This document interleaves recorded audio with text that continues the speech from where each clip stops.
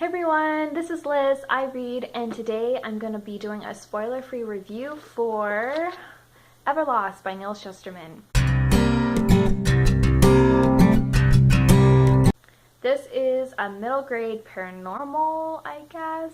Kind of paranormal slash fantasy, but I would place this actually as a paranormal. So this was released in 2006 and has a total of 313 pages. And the reading level for this, since it's the middle grade, is actually a grade 7 reading level. So for the synopsis, this follows Nick and Allie. They are both in a car crash together. They don't know each other, but they were still part of the same car crash, and they find themselves waking up in this world called Everlost. So Everlost is an in-between world that's neither life nor death.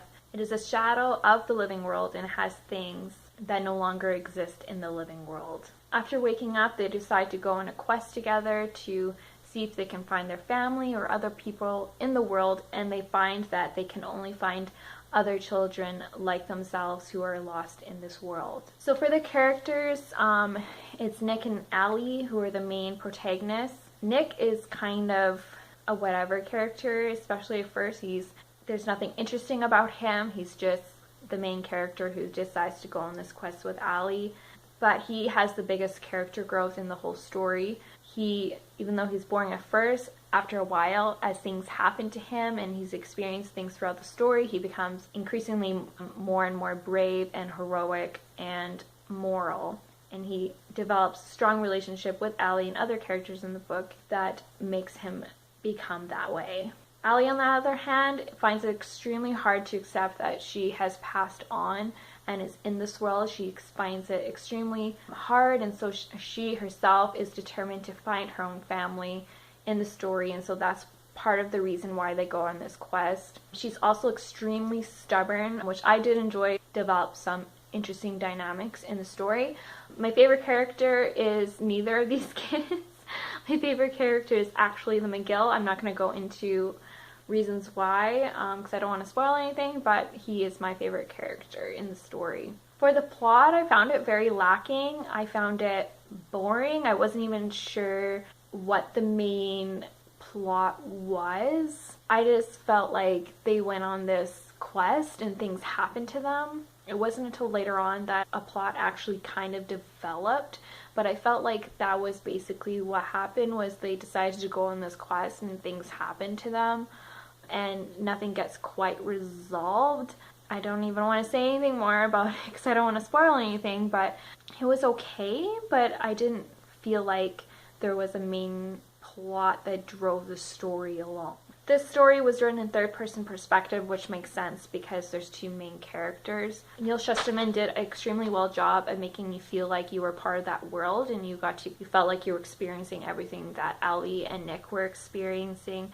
And he did it very well in a very tangible and accessible way because it was written for a grade 7 reading level. I felt every time that Allie was frustrated, I felt her frustration and anger throughout the story whenever she got that way. And you felt the tension when you were in the McGill scenes very well. McGill, like I said, is my favorite character in the story, and whenever he was around, you felt the tension, you felt the fear and anger that you felt in those scenes. For the cover art, I found it very misleading. I probably shouldn't get upset about it, but when I look at this, I was expecting kind of like a Wildwood feel or Lord of the Flies. Like I was expecting I still knew it was a purgatory story, but I didn't know it was going to be kind of in the real world. I was expecting forest, I was expecting survival in this new almost fantasy-like setting, and it was nothing like that. It was kind of a shadow world of the living world, and so I found that extremely misleading. It's still really cool and it still drew me in, and I thought it was really interesting, but I also thought it was extremely misleading. Overall, this was not my favorite book. I'm giving it 3 stars. I felt like the only reason I kept reading was I was interested in the world specifically. Like, I thought the world was very intriguing, but I felt like there wasn't much of a plot. I didn't feel like I didn't even really like the main characters. Like, it was okay. I didn't hate it. It was just not my favorite. But this book, Everlost, is actually the first in a trilogy. The other two books in the trilogy are Everwild and Everfound. I do not plan to continue. I read the synopsis for both of the books and I wasn't excited, so I'm not going to continue with the trilogy. But if this is something that you're interested in, give it a go. You know, it may surprise you. You may enjoy it. I'm sure lots of other people have. So Neal Shusterman has written tons and tons of books.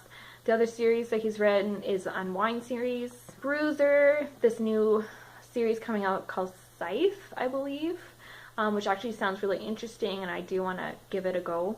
And he also written Challenger Deep, and that's very popular all over BookTube. So yeah, that is everything for this spoiler-free review. So thank you guys so much for watching. I want you guys to give it a thumbs up if you liked it. Comment down below.